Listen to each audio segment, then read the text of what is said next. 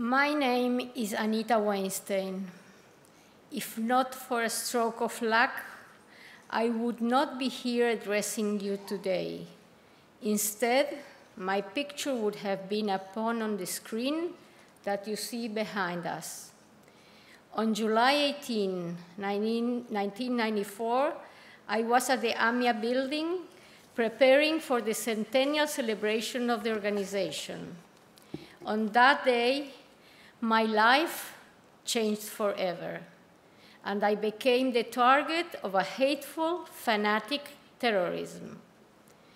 I became a survivor of the single most terrible anti-Jewish attack since the Shoah, which my parents had survived. After coming out of the remains of the building with a few other individuals, I learned of what had happened. Sebastian, age 5, was killed while passing in front of the AMIA building with his mother. Pablo, Fabian, and Luis, 3 grandchildren who had come to make the arrangements for their grandfather's funeral, were also killed, as were Cookie and Norberto and Agustin, who were there assisting them. Javier, a young father of 3 little girls, was also there. Then there was Mirta, who had entered with me the building only a few minutes before. 85 names in all. They killed 85 people. They cut 85 beautiful lives short.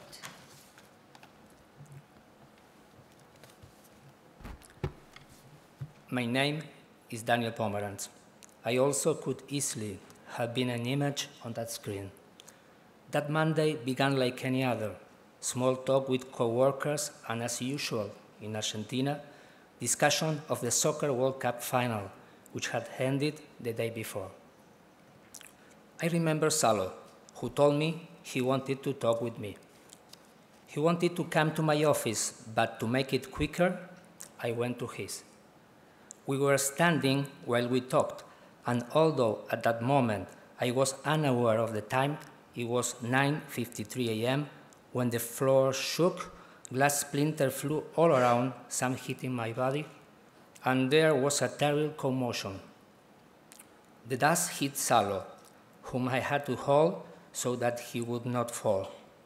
I learned later that if I had been in my office, I would have disappeared under the rubble. I can still hear the screams. As I moved toward the back of the building and climbed over the wall, I saw that the only part of the building still intact was where I was standing. I was speechless.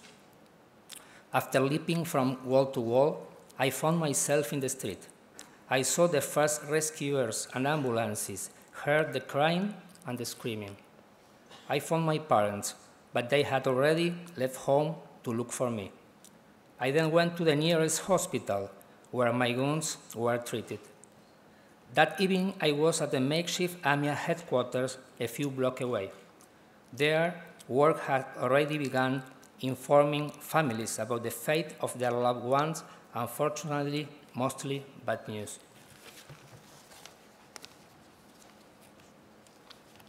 I remember how AJC spent a special delegation that included the late Jacob Kovadlov, be his memory blessed, just the day after the bombing, bringing with them the symbolic embrace of the whole organization.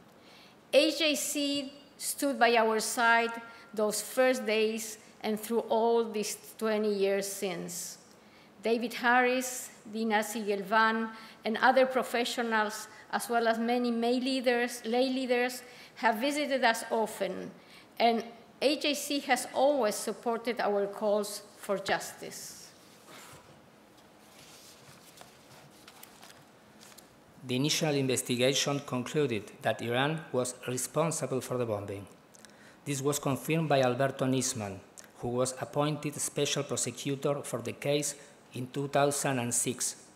In light of his report, Interpol issued red notices for important Iranian officials and former officials requesting their international arrest. But astoundingly, no one has yet been imprisoned, even convicted for the AMIA bombing. In January 2013, the Argentine government signed a memorandum of understanding with Iran, allegedly to promote the progress of the AMIA case. It was opposed by AJC, Argentina's Jewish community, and many other Argentines, and has not been ratified by Iran. AJC is leading the way of the issue by constantly keeping the unpunished act of mass terrorism on the world agenda, lobbying international bodies and keeping the pressure on Iran to extradite the suspect. What happened 20 years ago is a reminder that we cannot close our eyes to the danger posed by Iran. But it is also a reminder of the triumph of the Jewish spirit. Tonight, we honor the memory of the victims, and we also stand here as survivors and proud Jews. Therefore, there is no more appropriate way to conclude this evening than by singing the Song of Hope, the Atikva, the national anthem of the State of Israel.